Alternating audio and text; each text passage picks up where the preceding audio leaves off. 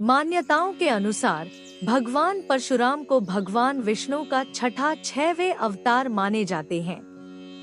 परशुराम का उल्लेख रामायण, बृहरावैवर्त पुराण और कल्की पुराण आदि में मिलता है। एक ऋषिपुत्र होने के बावजूद भगवान परशुराम एक कुशल योद्धा भी थे और उनके शस्त्र का नाम था फरसा। लेकिन आज भी उनका वह फरसा झारखंड के गुमला जिले के टांगीनाथ धाम में गड़ा हुआ है। परशुराम जयंती आज भी मनाई जा रही है। मान्यताओं के अनुसार भगवान परशुराम को भगवान विष्णु का छठा 6वें अवतार माने जाते हैं। परशुराम का उल्लेख रामायण, बृहरावैवर्त पुराण और कल्की पुराण आदि में मिलता है। भगवान परशुराम का जन्म माता रेणुका और ऋषि जमदग्नि के घर में हुआ था। एक ऋषिपुत्र होने के बावजूद वह एक कुशल योद्धा भी थे। उनके शस्त्र का नाम था फरसा।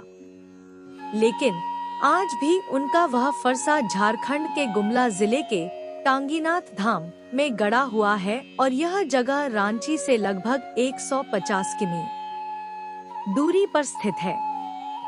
पौराणिक मान्यताओं के अनुसार टांगीनाथ धाम भगवान परशुराम का तप स्थल था, जहां वह भगवान शिव की उपासना किया करते थे।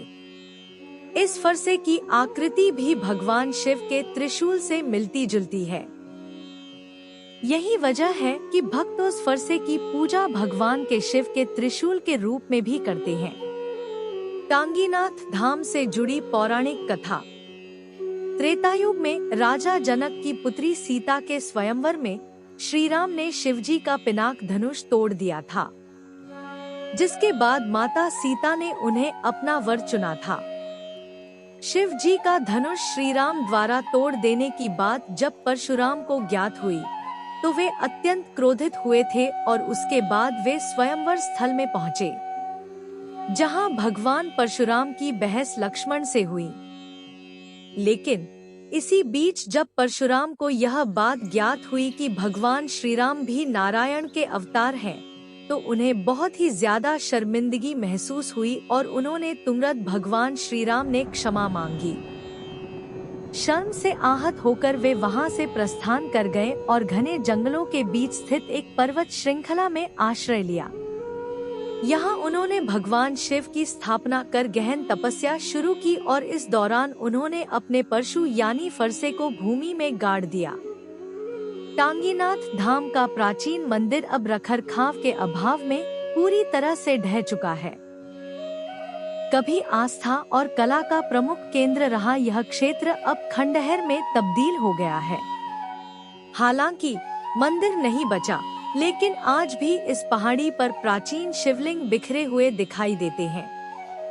यहाँ की पुरानी कलाकृतियाँ, नक्काशियाँ और स्थापत्य शैली यह संकेत देती है कि यह स्थल देवकाल या त्रेता युग से जुड़ा हो सकता है। स्थानीय मान्यताओं के अनुसार भगवान शिव का इस इलाके से गहरा संबंध रहा है। एक पौराणिक कथा के अनुसार जब शनिदेव ने कोई अपराध किया था तो शिव ने क्रोधित होकर अपना त्रिशूल फेंका। त्रिशूल इस पहाड़ी की चोटी पर जा धंसा। आश्चर्य की बात यह है कि त्रिशूल का अग्रभाग आज भी जमीन से ऊपर दिखाई देता है, लेकिन यह कितनी गहराई तक जमीन में धंसा है यह कोई नहीं जानता। यहाँ का ऐतिहासिक और धार्मिक महत्व बहुत गहरा है, लेकिन संरक्षित न होने की वजह से यह धरोहर धीरे धीरे नष्ट होती जा रही है।